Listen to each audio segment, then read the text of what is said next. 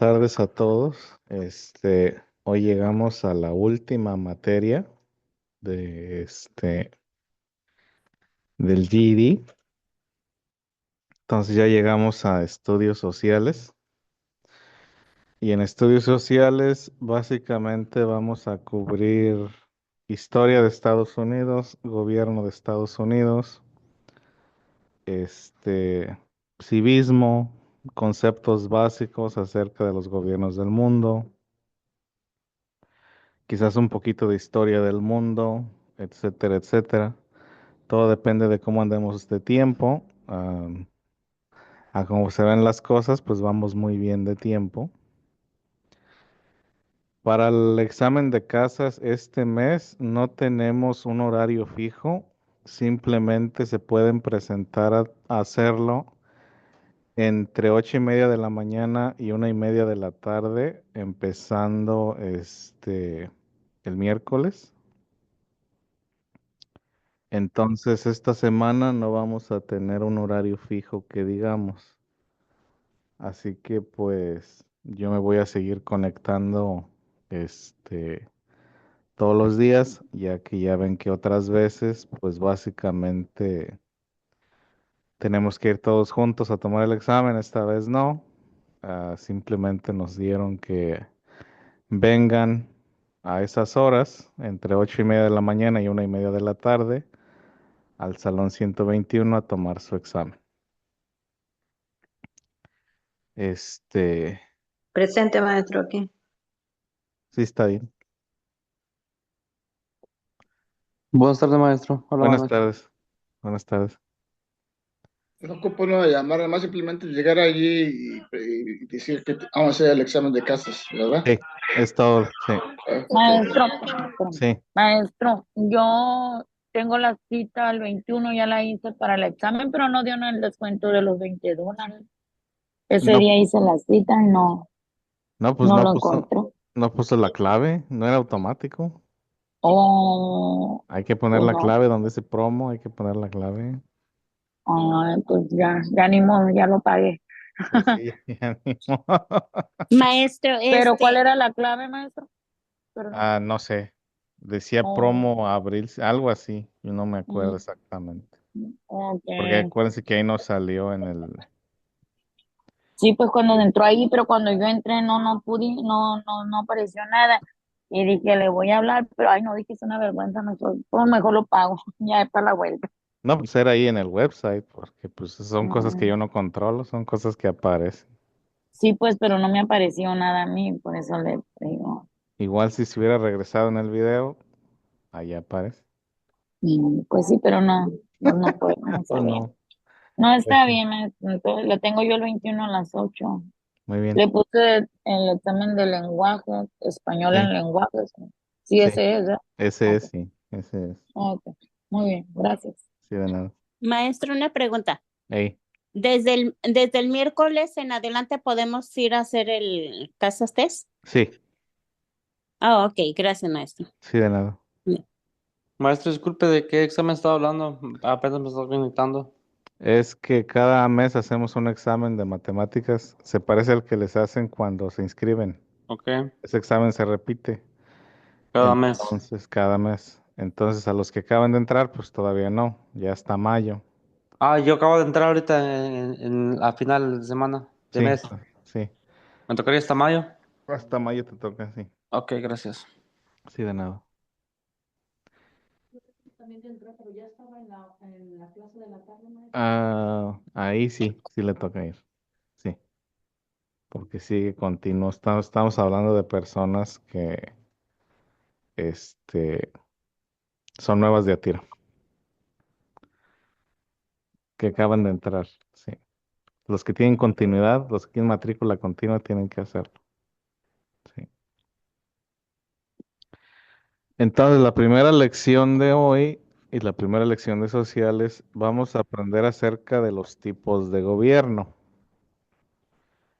Hay varias maneras de gobernar, hay varias maneras de hacer las cosas, pero podemos catalogarlos en 6 o 7 términos generales.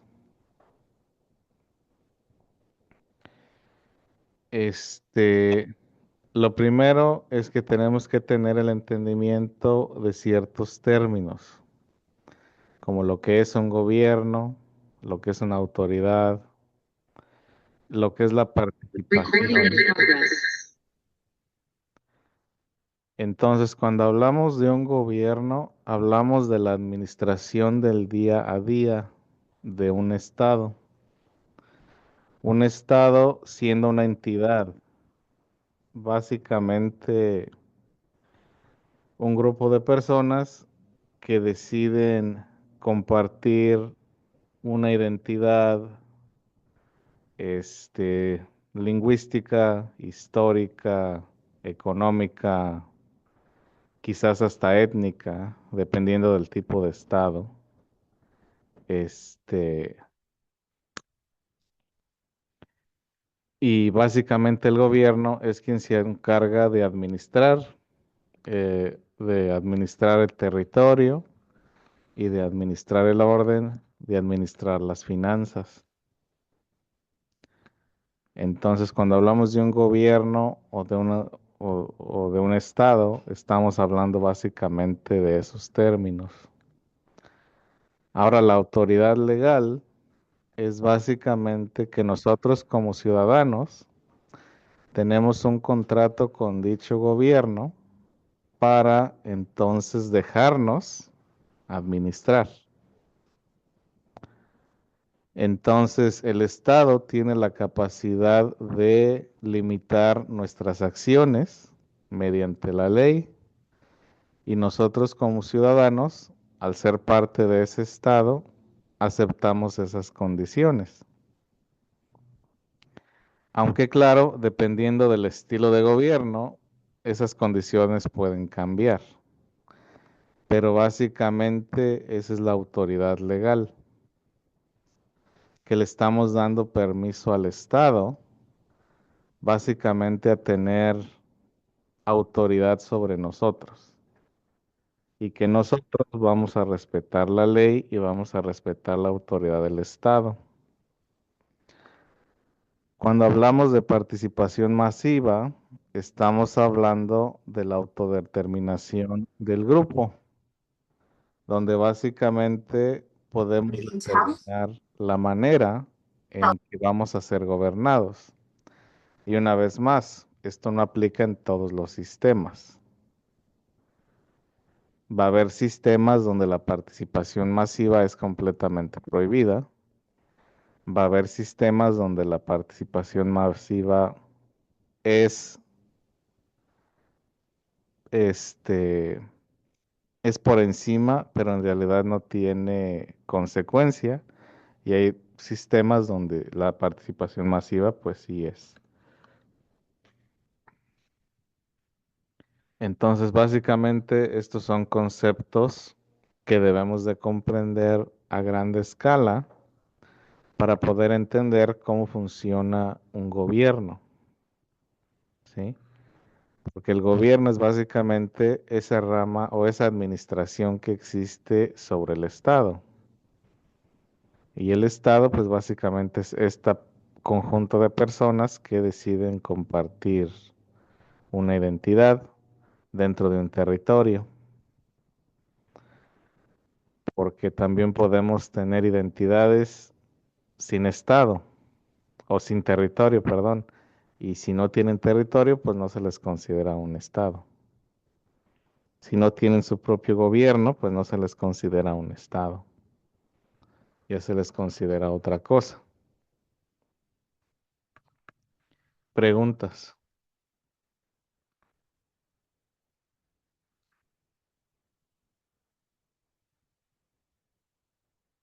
Les voy a dar un momentito para copiar.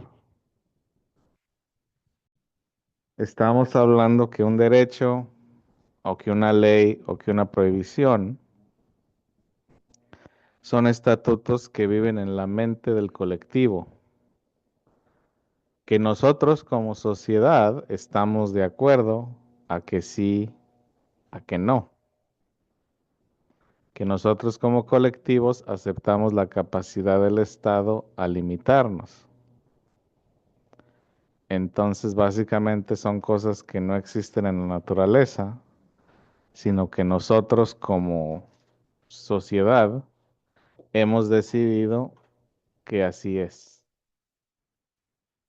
Entonces, por eso hay ciertos lugares donde hay ciertos derechos y hay ciertos lugares donde esos mismos derechos no existen, porque son parte del colectivo. Hay una playera que se ha estado vendiendo últimamente, pero este dicho yo lo oí originalmente en el juego Assassin's Creed Origins, pero no sé en realidad de dónde venga, donde dice que la libertad no se da, la libertad se quita. Esto quiere decir que básicamente, entre comillas, somos libres y dejamos de ser libres hasta que alguien nos quita la libertad. No que alguien nos dice, oh, eres libre de. No, más bien, ya no puedes hacer. Eso es lo más común. De que básicamente hasta que no se nos pone ese límite, esa libertad siempre ha existido. ¿Alguna otra pregunta?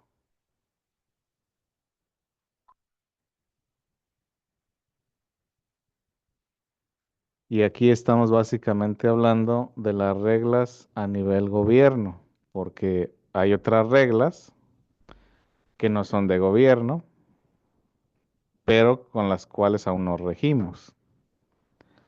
Eso ya es el más en el campo de lo que es moral e inmoral, porque una cosa puede ser inmoral, pero puede ser legal.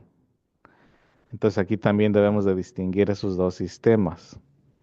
El sistema de reglas sociales, que no necesariamente caen dentro de la legalidad, y el sistema de normas sociales dentro de lo que es la codificación de un gobierno. Entonces esos también son dos sistemas diferentes de reglas. Aquí nos vamos a enfocar más un poquito en lo que es la función gubernamental, porque lo otro es más del campo de la antropología, que si tenemos tiempo lo podemos discutir. Ya le puedo cambiar. ¿Ya? ¿Todos? Ahí ya, maestro, gracias. Sí, maestro. Después, pues, hablando de la participación colectiva, tenemos diferentes maneras de participación, perdón, y la falta de participación. Entonces, básicamente, podemos decir que el término general de la participación colectiva le vamos a llamar democracia, donde básicamente cada individuo tiene el derecho de estar de acuerdo o no con las normas, pero se va a pegar al deseo de la mayoría, ¿sí? Entonces, yo como miembro de la sociedad tengo derecho a estar o no de acuerdo con las reglas. Se pone a votación, pero al yo seguir siendo miembro de esta sociedad, aunque no esté de acuerdo, tengo que acatar con la regla. Pero a la hora de que otra vez venga el tiempo de reelegir, puedo otra vez hacer saber mi sentir mediante mi voto. Vamos a tener dos tipos de democracias. La democracia directa, donde absolutamente todas las normas se ponen a votación por absolutamente todas las personas. Y vamos a tener la democracia representativa, que es la más común. Y en la democracia representativa, básicamente elegimos representantes para que nos gobiernen. Entonces, en la democracia directa, todos los miembros del grupo escogen las leyes y aplican las leyes. Por ejemplo, en la antigua Grecia, cuando estábamos hablando de Sócrates, por ejemplo, había votaciones y la gente de la ciudad votaba no solamente por las leyes, sino también si exiliaban a alguien o si lo condenaban o qué sé yo. Entonces, ese tipo de cosas se ponía a votación y toda la ciudad votaba. Ahora, en una democracia representativa, la gente vota por los gobernantes, vota por el diputado, por el senador, por el presidente, y ellos son los que se encargan de hacer las leyes y de ejecutar las leyes tal cual. Entonces es democracia, pero es una democracia que no es directa, es una democracia que se llama representativa, que es la que tienen los gobiernos modernos. Ahora, por ejemplo, aquí en California es una mezcla de las dos, porque ustedes como ciudadanos tienen el derecho a crear leyes mediante participación directa. Entonces, en tiempos antes de las elecciones, pueden juntar firmas. Ocupan, creo, 50,000 firmas para que les tomen en serio una propuesta. Y esta propuesta se puede llevar ante los votantes. Y básicamente, si esta propuesta gana las elecciones, se convierte en ley. Pero si va en contra de la Constitución, pues no. Entonces vamos a ir viendo, como les digo, ciertos detallitos, ¿no? A lo largo de la lección y a lo largo de la materia, donde vamos a ir aprendiendo acerca de todas estas cosas. Entonces aquí en California, como les digo, hay una mezcla. No sigue siendo democracia representativa, porque seguimos eligiendo gobernadores, representantes, senadores, etcétera, pero tenemos la opción de introducir nosotros también leyes. Pero esas leyes también están limitadas por la Constitución. Entonces sigue siendo una representación, una democracia representativa. En una democracia directa, como les digo, no hay una ley tal cual, sino que las decisiones de cualquier cosa se toman de modo colectivo. Ahora, lo opuesto de la democracia es el autoritarismo. Y en el autoritarismo no hay participación civil, no hay participación ciudadana. Hay básicamente solamente una persona o un grupo pequeño de personas deciden el destino de todos. Y por lo general el autoritarismo se mantiene por la fuerza, ya sea física o económica. Entonces, en el autoritarismo no hay participación, no hay Estado de Derecho, porque el poder está concentrado en una persona o en un grupo selecto de personas. Entonces, les doy un momentito.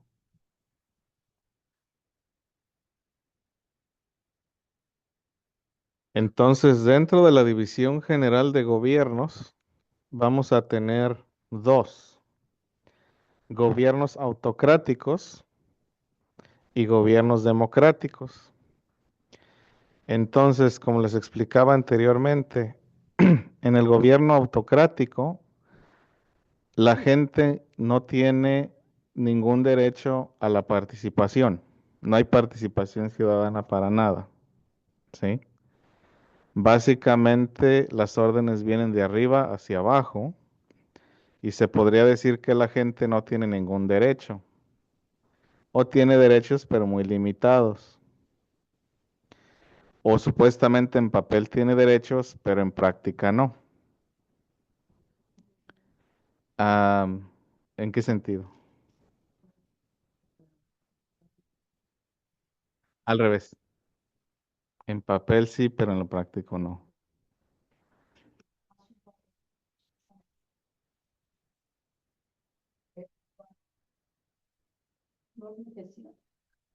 No se permite. Por ejemplo, pues en el caso de Corea del Norte, ¿no? Se llama la República Popular Democrática de Corea del Norte, pero no tiene nada democrático. La gente no tiene libertad de participar libremente en la elección este, ¿cómo se llama? De ningún gobernante. O hay lugares, por ejemplo, que dicen que tienen libertad de expresión, pero si se critica a alguien con poder, ya esa libertad de expresión no existe. Entonces, es decir, que hay derechos en papel, pero en práctica no. O sea que a la hora de que, sí. Y hay situaciones donde básicamente también hay un orden, pero la autoridad no tiene la capacidad de mantener ese orden. Ya eso lo vamos a discutir un poquito más adelante. Ya después tenemos a los gobiernos democráticos. Y en los gobiernos democráticos básicamente hay participación ciudadana y básicamente hay ciertos derechos que la gente tiene,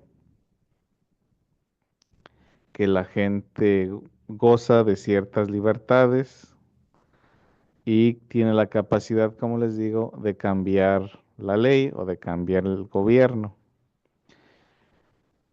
Podemos decir que son las repúblicas centralistas, las repúblicas federales, las monarquías democráticas y las democracias socialistas. Entonces, vamos a ir analizando a fondo cada uno de estos, pero básicamente van a empezar a notar que comparten ciertas similitudes, más que nada del lado derecho. Profesor, Perdón, más del lado izquierdo. Sí, profesor, ¿en un ejemplo de un gobierno democrático? pues un gobierno democrático es donde las personas pues pueden elegir a su presidente, pueden elegir a sus senadores, pueden elegir a sus jueces y donde esa libertad de voto no está coartada por la violencia. Ok, un país de ejemplo, por favor. Un país, pues se podría decir que la Unión Europea, Francia, Alemania, Bélgica, este, Suecia, Suiza, a Japón, aunque va a ser una mezcla de varios sistemas también en ese tipo de lugares. Am, entonces, ahorita que hablemos de cada uno de ellos, les voy a dar también una lista de países, de Ok, ejemplos. profesor, muchas gracias. Sí, de nada. Entonces, como les digo, vamos a ver de uno por uno ejemplos de estos tipos de gobiernos y de otros gobiernos que por ahí también se pueden dar. Entonces empezamos con una monarquía absoluta. Y las monarquías absolutas son de los gobiernos más antiguos que tenemos como sociedad, como humanidad, por el simple hecho de nuestra estructura social y de nuestra estructura familiar. Porque acuérdense que la humanidad comenzó con pequeños grupos de no más de 100 gentes. Entonces existía una jerarquía y básicamente esta jerarquía se refleja básicamente en esta estructura. Entonces, en una monarquía, el poder se concentra en el rey o reina o emperador o emperatriz como el único gobernante, como el único que manda, con el único con la autoridad. La mayoría de las monarquías, el 99.99% de las monarquías, derivan su poder de lo que se le llama el derecho divino. Y esto aplica para cualquier religión. El derecho divino quiere decir que son básicamente enviados o son descendientes de deidades y que su gobernabilidad viene o que su gobierno viene precisamente de esa deidad o de esa voluntad de esa deidad. En las monarquías absolutas, el trono, la corona, se pasa entre familia. O sea que el rey o reina pasa ese poder a su descendencia. Entonces la gente no tiene absolutamente ningún derecho a nada. ¿Sí? Porque básicamente el derecho de gobernar es divino y a lo divino supuestamente en este caso no se le cuestiona. Y como son descendientes de o son en ellos mismos dioses, por ejemplo en Egipto, en el Egipto antiguo a los faraones se les consideraba este básicamente descendientes de los dioses. En Japón, el emperador se consideraba un dios. En Europa, se consideraba que era la voluntad de Dios de que esta persona o este individuo fuera rey o reina, etcétera, etcétera. Entonces no es algo exclusivo de un solo grupo social, sino que cuando hablamos de una monarquía absoluta, estamos hablando de que todas ellas, en su gran inmensa mayoría, hablan de ese tipo de cosas, ¿no?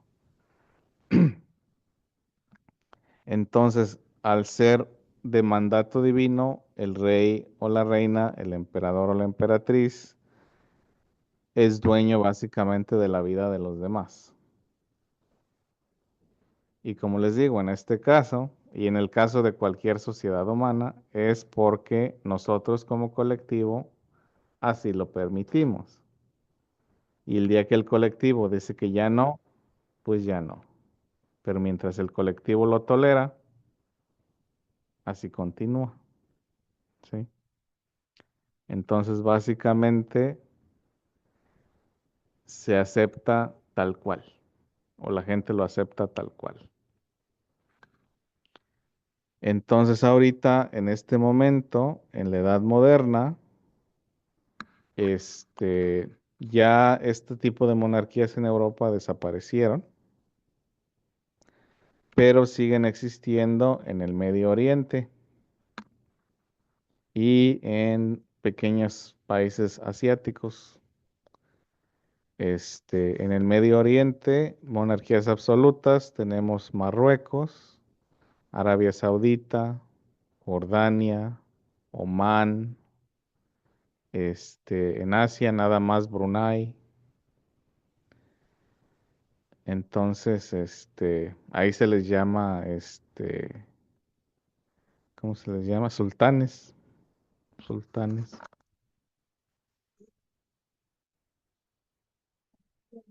Medio Oriente es Marruecos, Arabia Saudita,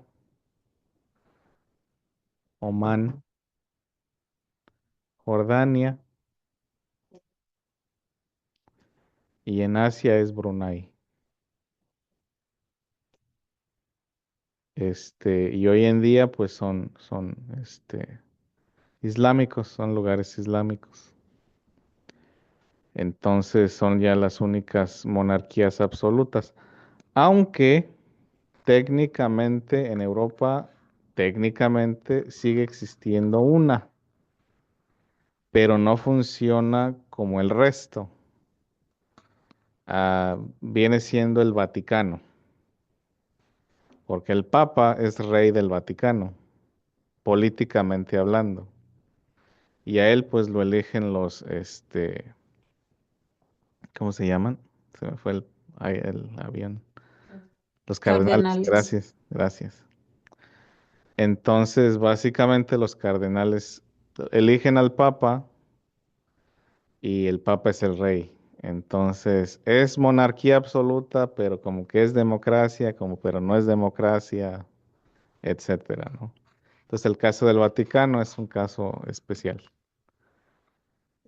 Igual el Vaticano, bueno, ya cuando hablemos de las teocracias, pero es básicamente eso, ¿no?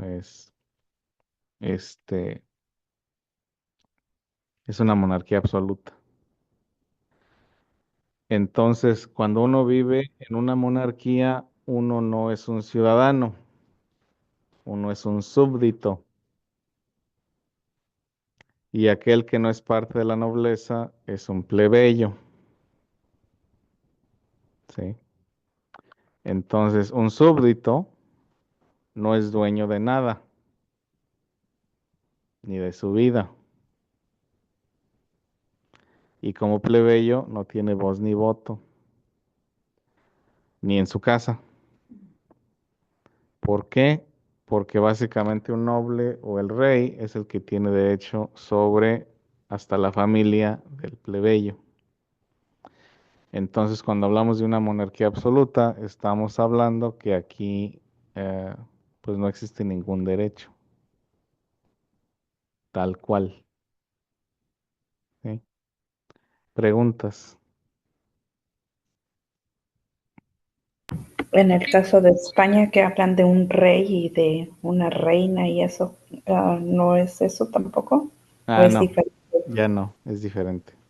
Mm. Esa la vamos a ver un poquito más adelante.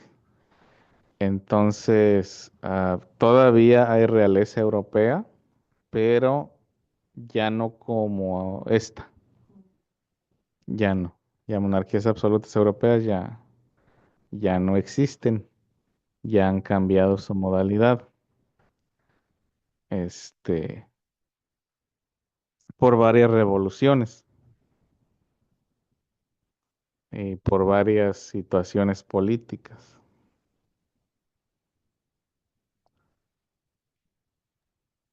Buenas tardes, maestro. Yo tengo una pregunta. Sí, buenas tardes. ¿Súbdito y plebeyo es lo mismo? Y si no, ¿cuál es la diferencia? Un súbdito está básicamente bajo el control del rey. Plebeyo quiere decir que es de la clase social más baja. Entonces, un noble, por ejemplo, sigue siendo súbdito del rey, pero tiene propiedad sobre otros, mientras que el plebeyo es lo más bajo de lo más bajo. Ah, no necesariamente bueno, sí, pero no. O sea, el plebeyo es el que no tiene tierra, el que no tiene derechos, el que no tiene nada. Entonces, un noble puede seguir siendo súbdito, pero tiene propiedad, tiene ciertos derechos que el plebeyo no tiene. Entonces, cuando hablamos del plebeyo, estamos hablando de la persona común y corriente, del que no tiene absolutamente nada, ni derecho, ni título, ni nada. Mientras que un noble quizás sea pobre de dinero, de material, pero tiene ciertos privilegios que un plebeyo no. Entonces, no son lo mismo, porque el plebeyo es básicamente el estatus social más bajo. Mientras que el súbdito está por debajo del rey, pero un súbdito también puede ser un noble, que tiene o que goza de ciertos derechos. Y el plebeyo, pues no.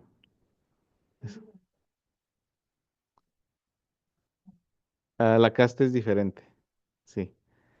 Porque en el caso de la casta ya estamos clasificando a las personas por otras condiciones, como su raza, por ejemplo.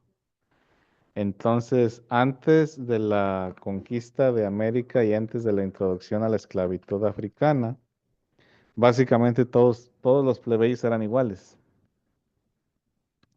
Entonces, ya cuando se entra el colonialismo europeo, se inventa el concepto de raza. Y al inventarse el concepto de raza, entonces se crean las castas, donde hay plebeyos que son europeos, pero tienen más derechos, entre comillas, que los plebeyos que son de color. Entonces ya ahí empieza otra estratificación social más, este, con un concepto arriba de color o de raza, etcétera. Entonces, en la Europa medieval, básicamente existe el concepto del plebeyo como cualquier persona corriente, entre comillas. Cuando empieza el colonialismo y la expansión europea, ya se introduce el concepto de raza para poder esclavizar a la gente de color y se le da un estatus al plebeyo europeo un pasito más arriba que al de color o al mezclado o al mestizo. Aquí también tenía una pregunta. ¿Tenía una pregunta? Ah, ya. Ah. Entonces, básicamente empieza a hacerse un poquito más compleja la estratificación social, de la cual todavía existen en Occidente ciertos vestigios y que todavía están presentes. ¿Alguna otra pregunta? ¿No? Ya le puedo cambiar. ¿Sí? Ahora aquí contesto la pregunta anterior. En España, en Inglaterra, en Dinamarca, en Suiza, perdón, en Suecia, no en Suiza, en Suecia, en Noruega, existe, o en Gran Bretaña, existe lo que se llama una monarquía parlamentaria. Y en una monarquía parlamentaria hay rey, hay reina, pero hay congreso, hay primer ministro. Entonces, el rey o reina están limitados en lo que pueden y no pueden hacer. Ya en Europa, más que nada, son nada más figuras ceremoniales. No tienen ningún poder sobre nadie ni sobre nada. Nada más es el título de rey o de reina o de emperatriz o de emperador o de príncipe, pero no tienen un poder político como tal. Entonces, básicamente, ya el control está en el Parlamento y las operaciones del día al día las lleva el primer ministro o la primer ministro. Ahora, en el caso de España, España es un caso particular donde tienen rey, pero también tienen presidente. Y por lo general, donde hay presidente no hay rey. Pero en el caso español, no es en sí república, pero tampoco es en sí reino. Entonces, en sus pasaportes dice Reino de España porque tienen rey, pero también tienen presidente. Entonces, es un caso político un poquito Frankenstein ahí, complicado, por culpa de Francisco Franco.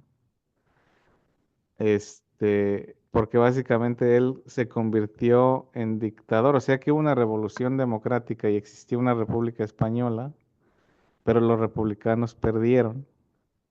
Entonces, Franco le quiso regresar el gobierno al rey, el rey no quiso y se fue al exilio, y él se estableció como dictador.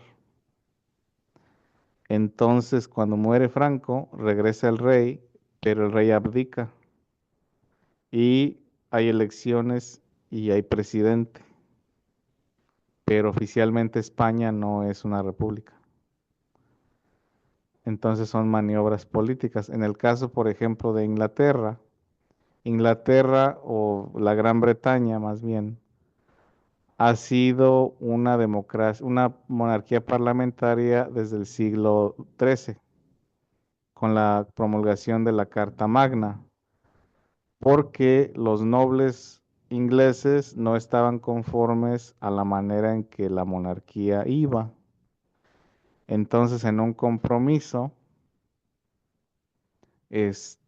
básicamente se forma el parlamento, donde los nobles ya tienen voz y voto y limitan a los poderes del rey, donde después hay otra reforma y se forma que la Casa de los Comunes, y ya entonces una persona común y corriente, entre comillas, puede aspirar a ser parte de ese gobierno.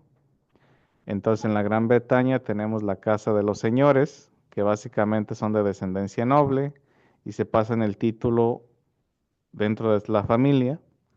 Y tenemos la Casa de los Comunes, que son básicamente personas que pueden ser electas, de la población en general.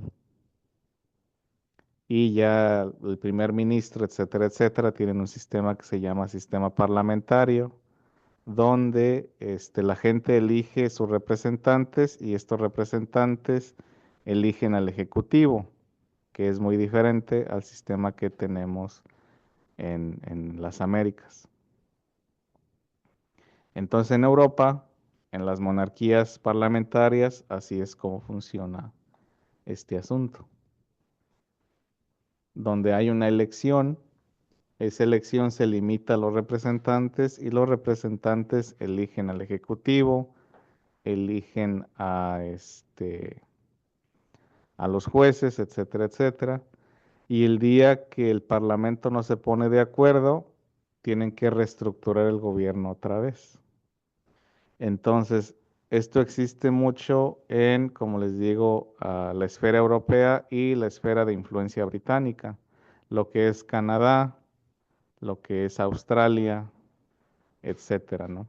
Japón tiene un sistema parecido. Después de la Segunda Guerra Mundial, una de las condiciones de la firma de paz con Estados Unidos era de que el emperador tenía que abdicar, o sea, dejar el puesto.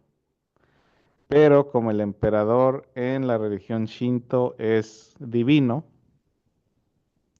pues había resistencia.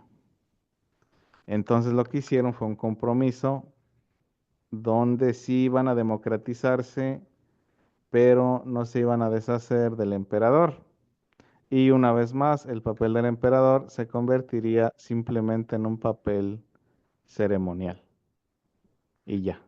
O sea que él ya no tendría voz ni voto en el gobierno, sino que nada más iba a ser el muñeco, un símbolo nada más. Ajá. Y esto ocurre en las monarquías europeas modernas.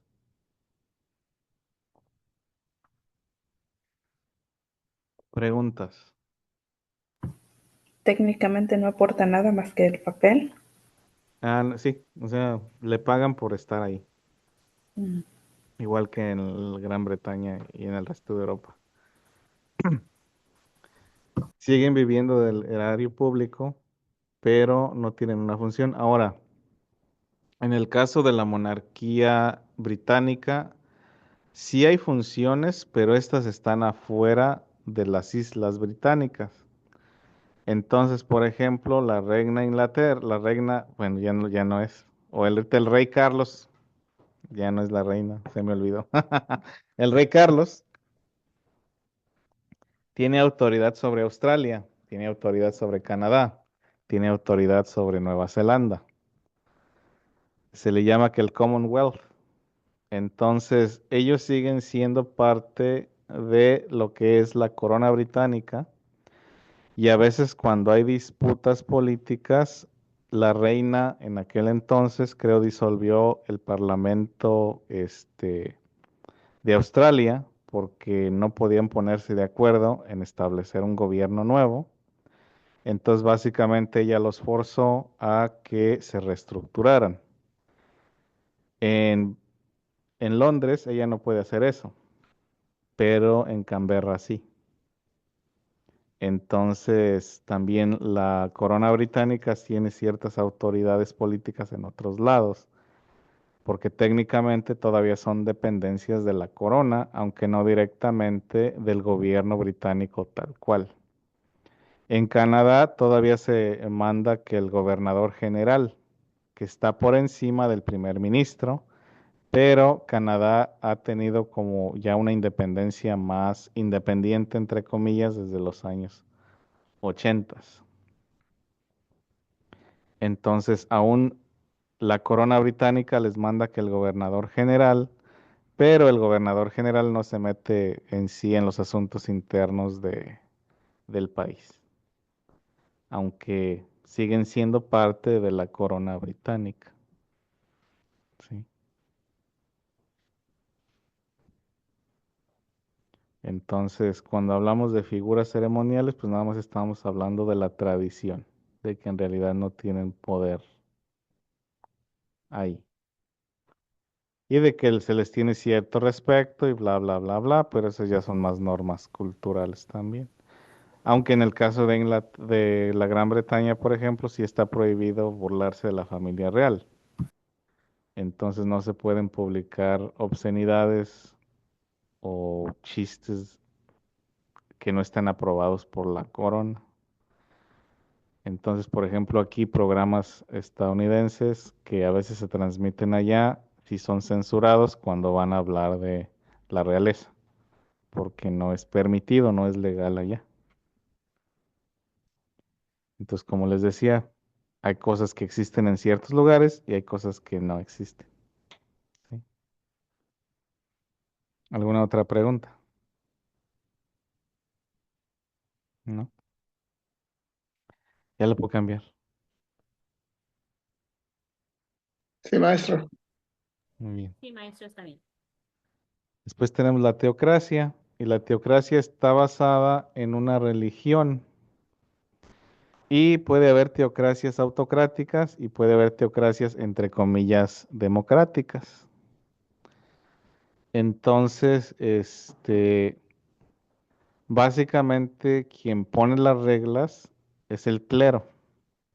No es la gente, no es el gobierno, es el clero. Y la ley, sí es la ley, pero se basan más en los textos religiosos.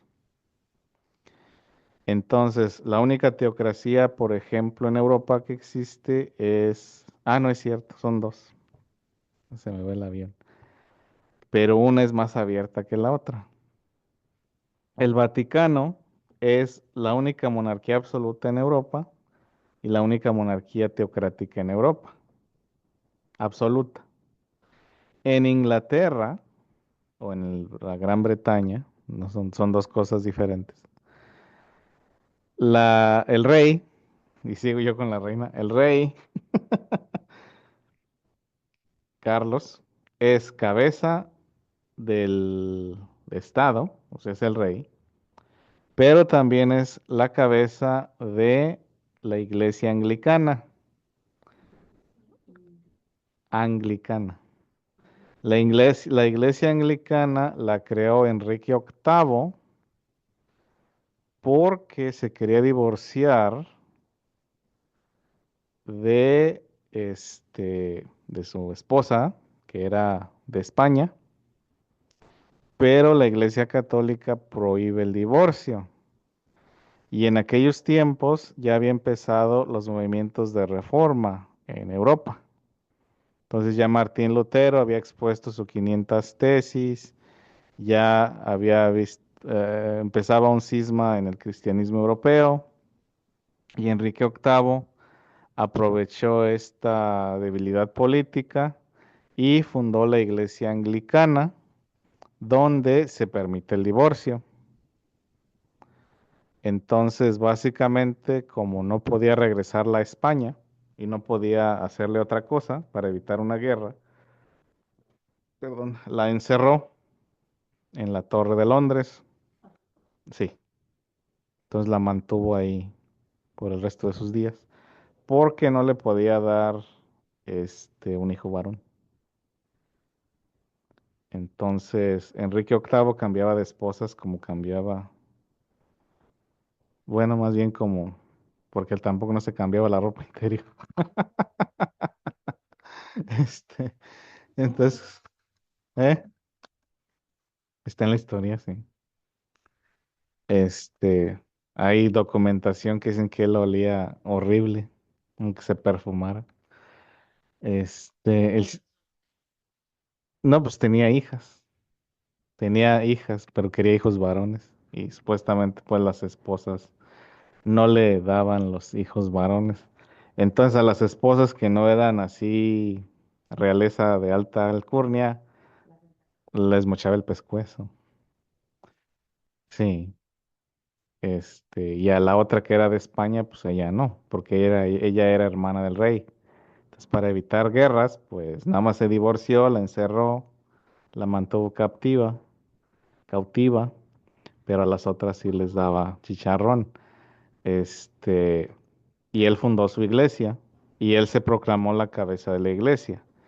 Entonces, los monarcas británicos son la cabeza de la iglesia anglicana. Entonces, sí aún existe. Aquí en Estados Unidos se le llama episcopal, pero es la iglesia anglicana. Ajá. Entonces es la iglesia anglicana, que tiene básicamente el rito romano casi exacto, nada más con ciertas variantes, y con ese cambio de doctrina de que, por ejemplo, los vicarios se pueden casar y de que hay divorcio. ¿Por qué? Porque el rey necesitaba divorciarse, no más por eso. Sí. Entonces, si vemos en la foto anterior, aquí, este, esta es una ceremonia tanto cívica como religiosa. Porque, bueno, esta es la foto de ella, ¿no? Ajá. Ella era la cabeza de la iglesia y la cabeza del Estado. Entonces, cuando hablamos de una teocracia, básicamente la cabeza del Estado por lo general es la cabeza de la religión, no todo el tiempo. En el caso, por ejemplo, de Arabia Saudita o de Brunei o de Jordania, ellos dicen que son descendientes directos de Mahoma. En el caso de Irán, en el caso de Afganistán, en el caso de Pakistán, son democracias, pero se rigen por el Corán. Entonces, tienen su constitución, pero esa constitución se basa y se limita al Corán, y el Corán está sobre cualquier ley civil. Entonces se le llama que la República Islámica de Irán, la República Islámica de Afganistán, la República Islámica de ay, ¿cómo se me fue? De, ay, ya se me olvidó. Pero esa, hombre. Entonces, perdón, no, el Torá es de los judíos. Ahora, Israel, entre comillas, es una teocracia. Perdón, es una democracia, entre comillas, pero tiene tonos teocráticos también. Entonces, porque ellos también se gobiernan bajo el concepto de que son el pueblo elegido, bla, bla, bla, bla. Aunque supuestamente su ley no es estrictamente judaica o del Torá o mosaica, pero en sus creencias sigue teniendo ese tipo de cosas ahí entreveradas, ¿no? Entonces, básicamente, el gobierno y la religión son una sola cosa. Aquí en las Américas, todavía existe cierta, ah, ¿cómo se le llamaría? ¿Cómo le diría? Entretejidos entre religión y gobierno, pero no están directamente ligados uno con el otro. Entonces, por ejemplo, en países como Colombia, Perú, Bolivia, etcétera, hay símbolos religiosos cristianos en las cortes y en el gobierno, pero sus leyes no son 100% bíblicas. Y en México, por ejemplo, México dejó de tener inclusión de iglesia y Estado en la Constitución de 1856, donde se declara México un Estado laico, Y en la Constitución de 1817 también se declara a México como un estado laico, o sea que no hay una religión oficial, mientras que en otros países de América Hispana, hay una religión oficial, que básicamente es el catolicismo. No en todos, pero hay varios.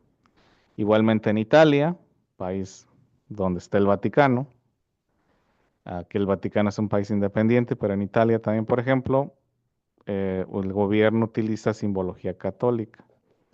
Entonces, no son teocracia 100% porque la ley religiosa no está sobre la ley civil, pero la ley civil aún le da privilegio a la religión o a una religión en especial. Preguntas. ¿Quién sabe? No, pues ¿cómo se llama? El estudiar toda la vida. Muy bien. Este,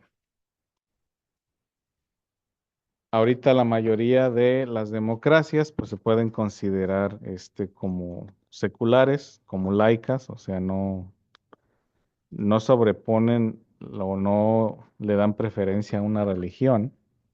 Estados Unidos fue el primer país secular en formarse, donde básicamente no se le dio estatus oficial a ninguna religión.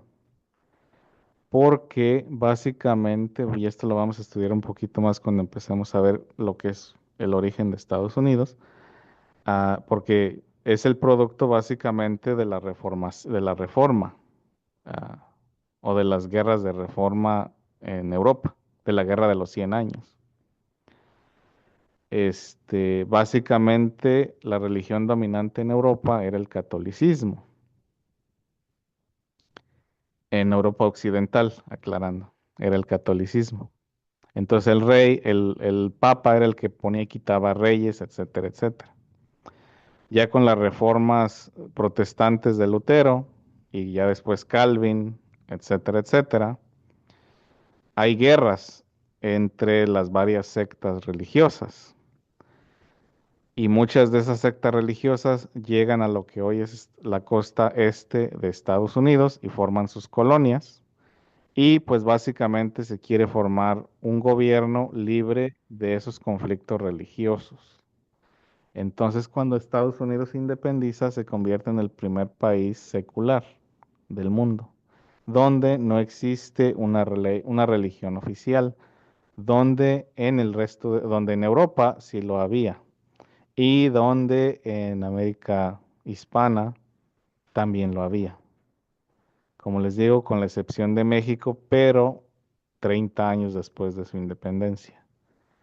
Entonces, en el caso moderno, en Inglaterra, en Reino Unido, por ejemplo, la iglesia anglicana sigue siendo la religión oficial, pero no se adhiere estrictamente a ello. O sea, ya no es necesario que yo sea anglicano para participar en la vida social. Antes sí. Antes, si no era anglicano, no podía básicamente ejercer mi voz. Es cristianismo. Sí, es cristiano. Sí, es una rama del cristianismo. Como les digo, tiene lo mismo, se parece al rito romano, casi idéntico. Tiene ciertas variantes. Pero básicamente el rito anglicano es casi una copia del rito católico, porque de ahí salió, de ahí mismo salió.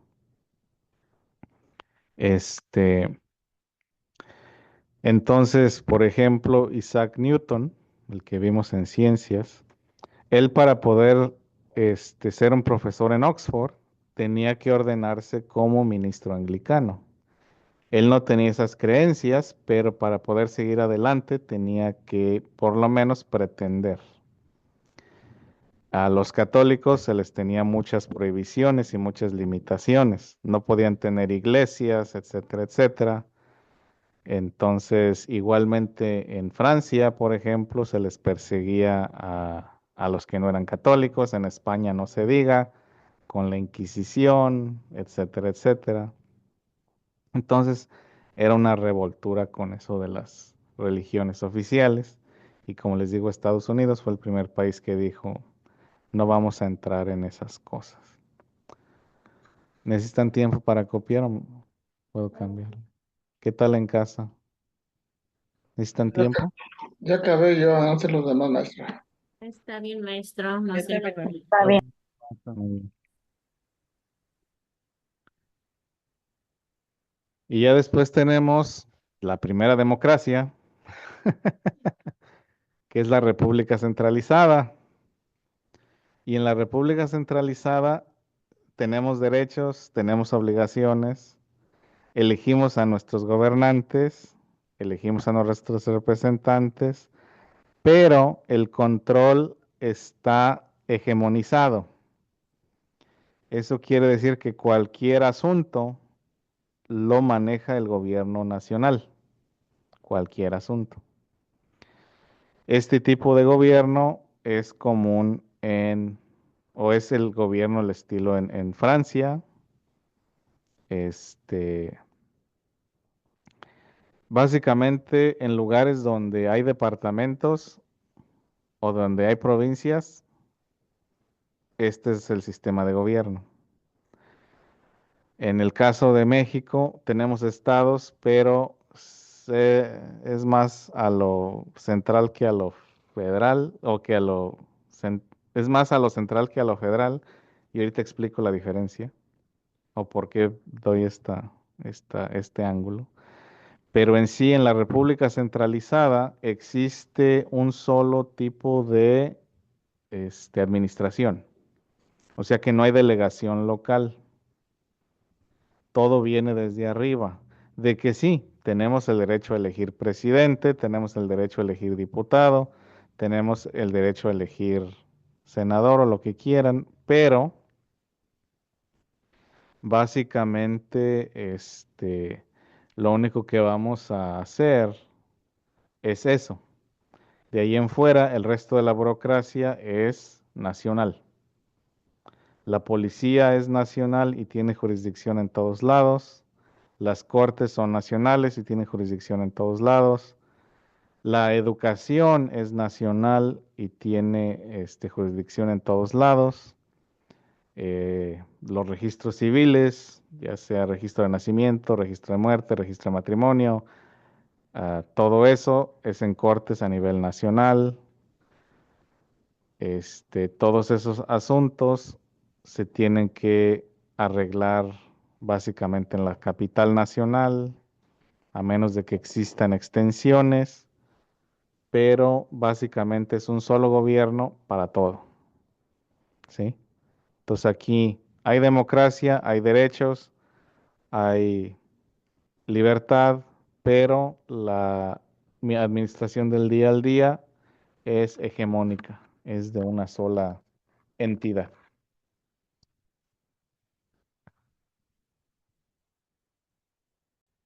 Sí, aquí las subdivisiones pues no existen, o sea, el municipio no existe, el estado no existe. Básicamente hay división administrativa, pero es nada más como para, ¿qué les diré? Hacer el trabajo del gobierno más fácil, o del gobierno central más fácil. Entonces, hay pueblos, hay ciudades, pero las personas en sí no eligen al alcalde, sino que el Congreso es quien manda a quien les va a gobernar. Entonces ya ven que aquí, o en el municipio en México, van al registro civil y es a nivel municipio. En este caso no. En este caso es a nivel nacional. O sea que es un récord nacional. Entonces por eso les decía, en el caso de México es como una mezcla de central con federal. Esto es en Francia, en en España, en Rusia. No, en Rusia no, perdón, Rusia es como México, también está revuelto. Ah, en Venezuela, en Bolivia, no, Bolivia no. A esos sí se me escapan, porque son muy poquitos. Y el resto son un híbrido entre centralizado y, y federal. Sí. Ya es hora de pasar lista.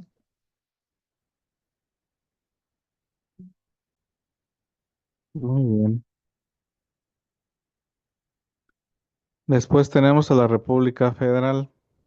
Y la República Federal básicamente es una democracia representativa, pero existe un control local más,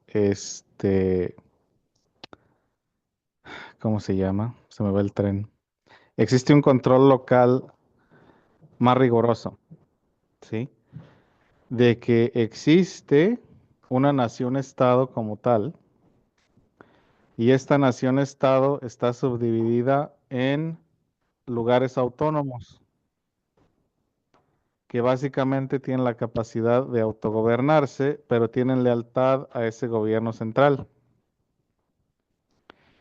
Entonces, países como Estados Unidos, México, Brasil, Argentina, Suiza, Alemania, siguen este modelo. Rusia, entra en papel, siguen este modelo. Entonces, por ejemplo, aquí en Estados Unidos, ¿no? Es una república federal dividida en 50 estados. Los estados tienen gobernador, tienen asambleas locales. Los estados a su vez están subdivididos en condados. Los condados a su vez están subdivididos en municipalidades y tienen la capacidad de autogobernarse, pero bajo supervisión federal. Como les decía, en el caso de México, México es un híbrido entre centralización y federalismo, porque en México hay funciones que sí son exclusivas de los estados, pero hay funciones que son federales. Vamos a contrastar un poquito. En México, cada estado está dividido en municipios y el municipio elige a su presidente municipal y el municipio tiene un registro civil, pero ese registro civil está atado al registro civil del estado y ese registro civil del estado está atado al sistema federal. Entonces, ahorita podemos sacar un acta de nacimiento en línea porque ya el registro es nacional. En Estados Unidos no es así. En Estados Unidos tenemos que ir al condado donde nació la persona para sacar un acta de nacimiento. Entonces, por ejemplo, si ahorita viven en el condado de Sacramento, pero nacieron en el condado de San Diego, tienen que bajar hasta allá para sacar el acta, porque eso está controlado por el condado. Igualmente, en Estados Unidos, la educación es pública, pero cada distrito escolar controla su calendario y cada distrito escolar controla las materias que se cubren, aunque existan ciertos estándares a nivel estatal. En México no. En México, la Secretaría de Educación Pública hace el calendario a nivel nacional e impone el currículum a nivel nacional. Aunque cada estado tenga su Secretaría de Educación, no tienen el mismo poder que el nacional. Más bien se encargan como de administrar un poquito los dineros. Y aquí es lo opuesto. El Departamento de Educación Federal se encarga de distribuir fondos, pero no se encarga de dictar qué se enseña o qué no se enseña en las escuelas. La única situación viene básicamente siendo el GED, porque el GED es un programa federal.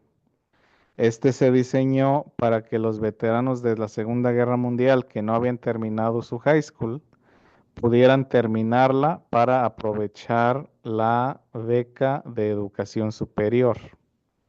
Entonces el GED, por ejemplo, ese sí es federal y es reconocido federalmente, pero el High School Diploma no. Aquí, por ejemplo, en la escuela de adultos llegan a veces muchas gentes de Montana o de Idaho o de Florida o de otras partes que terminaron la high school en su estado de por allá, pero ese high school no tiene la misma validez aquí, porque los créditos y las materias no son los mismos. Entonces tienen que básicamente sacarlo otra vez. Entonces, a nivel educación, cada estado se manda, cada distrito se manda. Entonces, el federalismo también puede venir en niveles. Entonces, en el caso de México es un modelo híbrido de federalismo con gobierno central, un poquito más a lo central, y en Estados Unidos es un modelo federal un poquito más hacia lo federal, ¿no? Cuando hablemos ahora sí más de lo que es el gobierno estadounidense y el modelo de gobierno estadounidense, vamos a profundizar más en eso. Entonces, por ejemplo, hablamos de autonomía local, que en México hay cierto nivel de autonomía local, pero el dominio todavía viene más de la Ciudad de México o de la capital del estado, mientras que aquí sí es un poquito más cada lugar. Entonces, como les decía también en la división, ¿no? Aquí en Estados Unidos los estados están divididos en condados y los condados en municipalidades. En México está dividido en municipios y tenemos la cabecera municipal y ya después tenemos las localidades satélites que dependen de la cabecera municipal. Y aquí no. Aquí cada municipalidad tiene su departamento de policía, por ejemplo, o su departamento de bomberos, su distrito escolar, y allá no. Allá tenemos el municipio de Angamacutiro, cuya cabecera es Angamacutiro de la Unión, y la policía de todo el municipio es de ahí. No hay policía del Troje, no hay municipio de San Diego, no hay policía de San Diego, de La Palma o de Ojo de Agua. Es la policía municipal de Angamacutiro. Y en Estados Unidos no. Tenemos el condado de San Joaquín y Stockton tiene su departamento de policía. Manteca tiene su departamento de policía. Lodi tiene su departamento de policía y así. ¿Sí ven la diferencia? Y el contraste entre un federalismo más federal y un federalismo menos federal. Aquí en California, por ejemplo, no hay policía California. En Michoacán hay policía Michoacán, que ya se llama que la Guardia Civil o lo que sea. Aquí lo más cercano a eso vendría siendo el CHP o la Policía de Caminos, que es la que se encarga de la seguridad del gobernador. Ay, ya me supo la garganta sangre.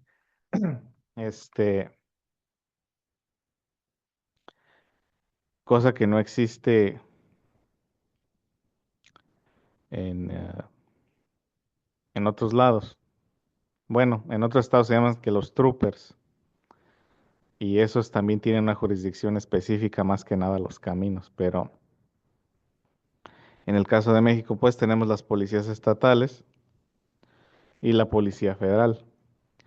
En Estados Unidos, lo más cercano a una policía federal vendría siendo el FBI o el Marshals. Pero su jurisdicción también es limitada a crímenes federales. Entonces, como les digo, hay ciertos límites, ciertas jurisdicciones que en otros lugares pues no. Y lo contrastamos, por ejemplo, en países como Colombia, donde Colombia tiene su fuerza policial nacional, tiene su policía nacional, ¿sí? Porque es un país más centralizado.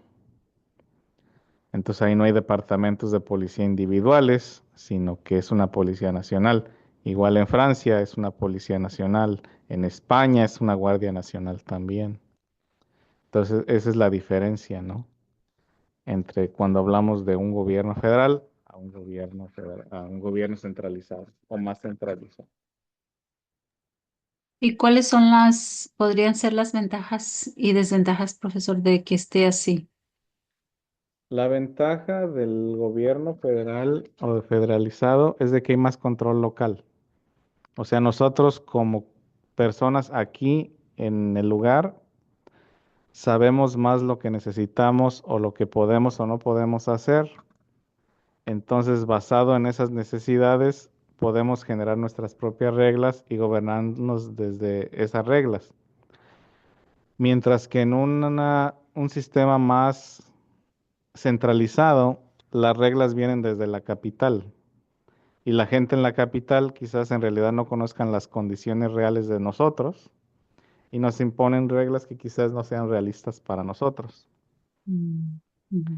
Ahora, la ventaja de un sistema más centralizado es menos burocracia en teoría y, En teoría. y consistencia en la burocracia. Ujú.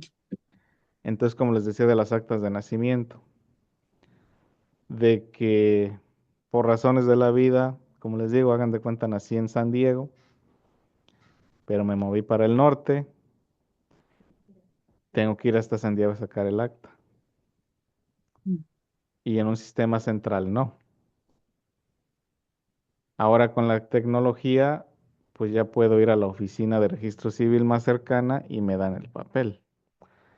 Antes, en la antigüedad, hace 40 años, 50 años, 60 años, era que tenía que ir hasta la capital del país a hacer un trámite a veces, si no tenían oficinas. Esa era la gran desventaja. Y la ventaja de la federación o de la federalización era de que era más local. Ahora ya la desventaja es esa, de que tengo que ir al lugar de origen porque no hay una interconectividad, mientras que en los sistemas centralistas pues hay más interconectividad. Entonces siempre va a haber pros y contras de los dos sistemas. El sistema federal da más autonomía, el sistema central es más consistente, un poquito menos burocrático si se maneja bien, pero todo tiene sus pros y sus contras. Sí. ¿Alguna otra pregunta?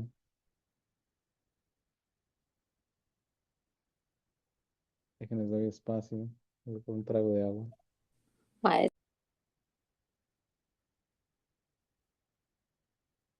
Y ahorita pues ya vamos a discutir lo que son los gobiernos autocráticos.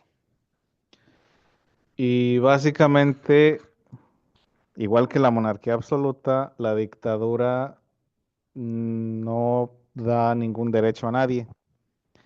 Entonces también existe una élite y esa élite lo controla todo. Y en este caso es por la fuerza, ya sea económica o física o ambas. Entonces, en la dictadura tenemos el poder concentrado en un solo individuo, igual que en la monarquía. En el caso de la dictadura, el poder se obtiene mediante la violencia, la mayoría de los casos.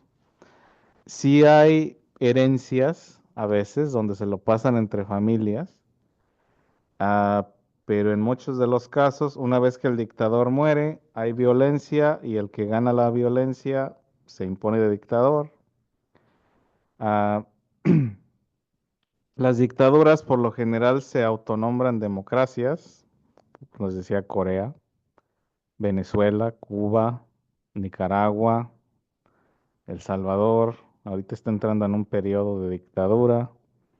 La mayoría de África, ah, Rusia, Bielorrusia, Turquía, donde básicamente tienen una fachada de democracia, entre comillas, pero de democráticos no tienen nada, o sea, no hay participación ciudadana. La participación ciudadana básicamente está prohibida. Aunque en papel exista, en práctica no existe. Entonces, los ciclos de las dictaduras es de que básicamente hay un descontento popular, hay una revolución, como les digo, se originan de la violencia, no de cambios en el sistema, no de cambios democráticos, sino de la violencia. Muy pocas revoluciones sí resultan en un país más estable. Tristemente, la mayoría fracasan por el mismo caudillismo, por las mismas envidias entre líderes, por la misma búsqueda de poder, de que hablan de libertad y democracia, pero ya cuando llegan ellos al poder se las voltean. Entonces, bueno, esa ya es harina de otro costal. Ese tema para otro día. Pero básicamente esa es la manera en que se establecen las dictaduras. Ahora tenemos dos tipos de dictaduras, la dictadura dura y la dictadura suave. La dictadura suave es más oculta, es más sutil, es más manipuladora. Entonces, en una dictadura suave estamos hablando de que el gobierno manipula los medios de comunicación, empuja propagandas, los disidentes políticos se desaparecen, entre comillas, o sea, no es un acto así abierto, sino que simplemente la gente empieza a desaparecer, nunca pasa nada, todo está bien. Esas son las dictaduras suaves. Las dictaduras duras son más abiertas, son opresivamente más abiertas, o sea, hay muestras de violencia como escarmientos, las desapariciones forzadas son abiertas, los juicios a los enemigos políticos son espectáculos, este, la gente abiertamente sabe que las cosas están mal, pero no pueden decir nada porque pues los desaparecen y se genera un culto a la personalidad del líder, como en una monarquía. Nada se le puede criticar al Estado en lo absoluto. En la dictadura suave puede haber cierto nivel de crítica, pero si se lleva muy lejos, entonces ahora sí empieza la opresión, ¿sí?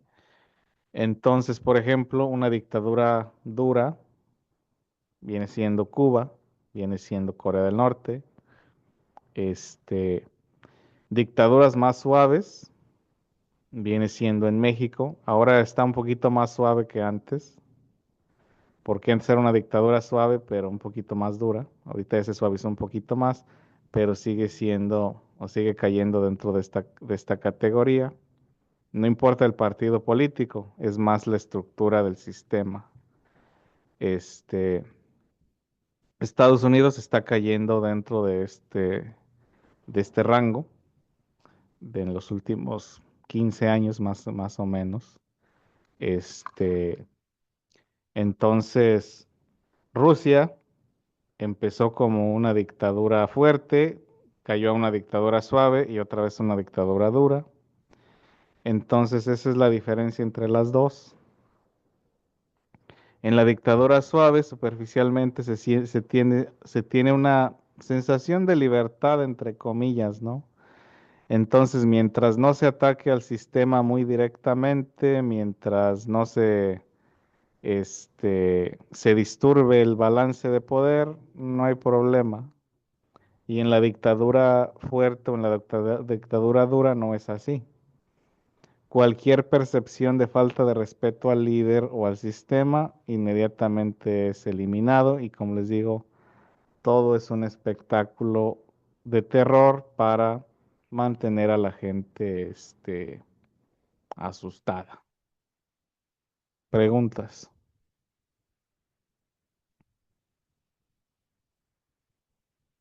¿No? Necesitan tiempo para copiar. Muy bien. Bueno, ¿alguna otra pregunta? ¿No? Maestro, Sí.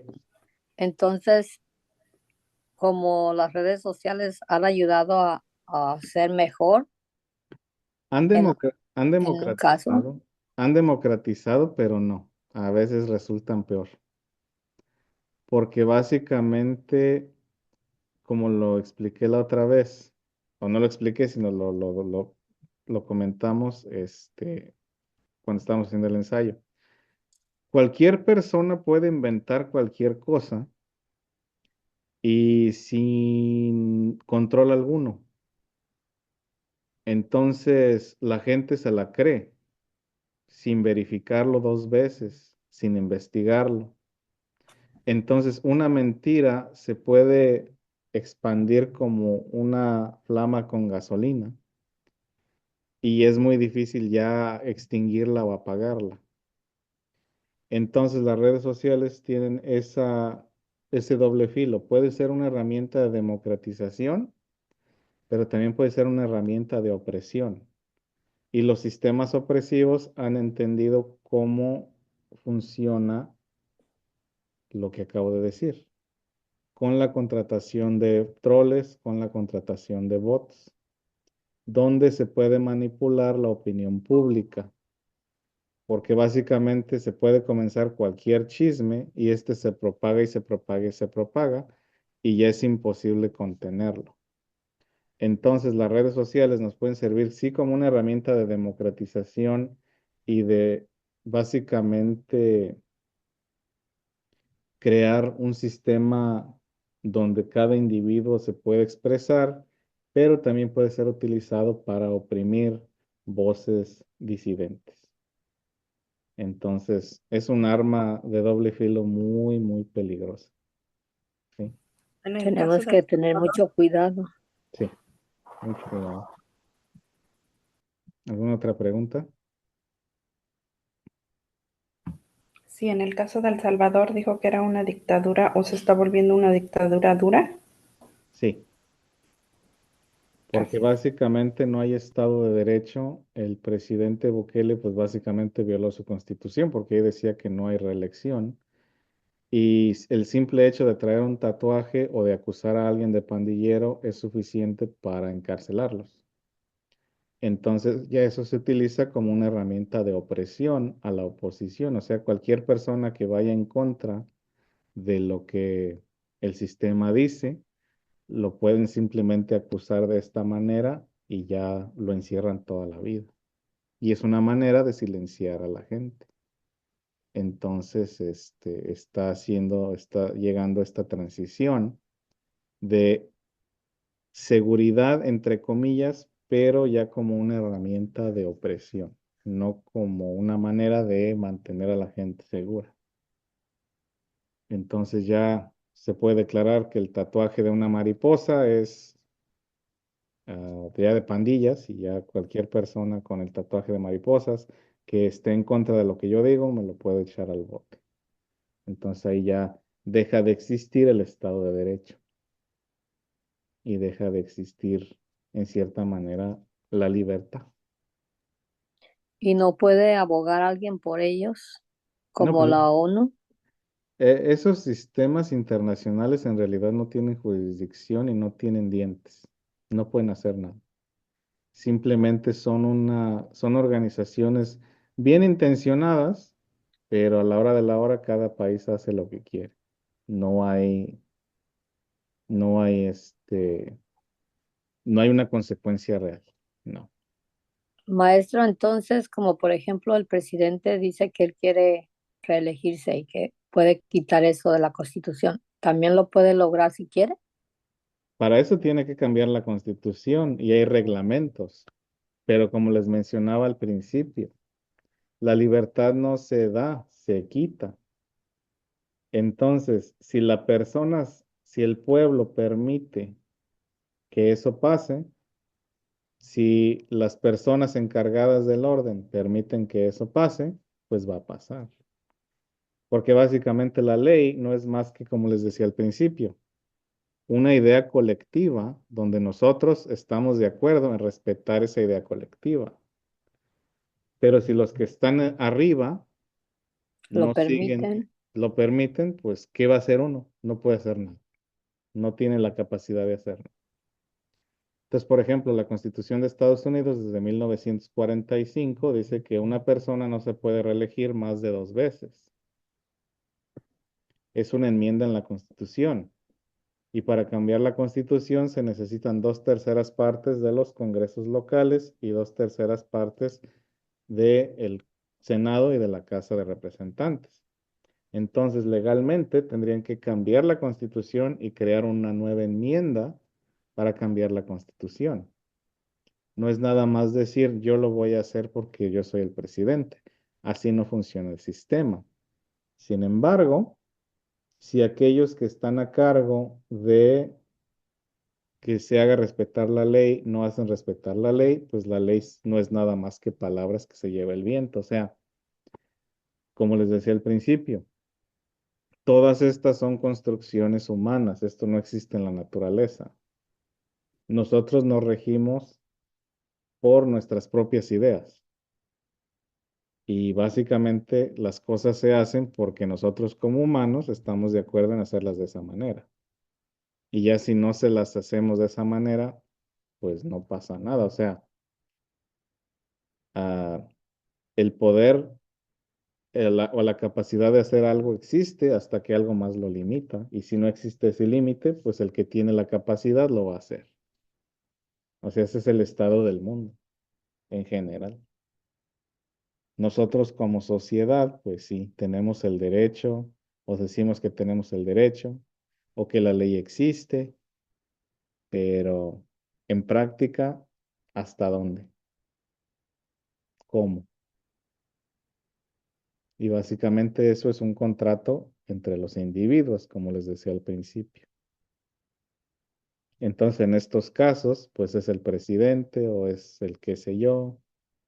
Entonces, ¿cómo se va a aplicar la ley aquí? ¿Quién sabe?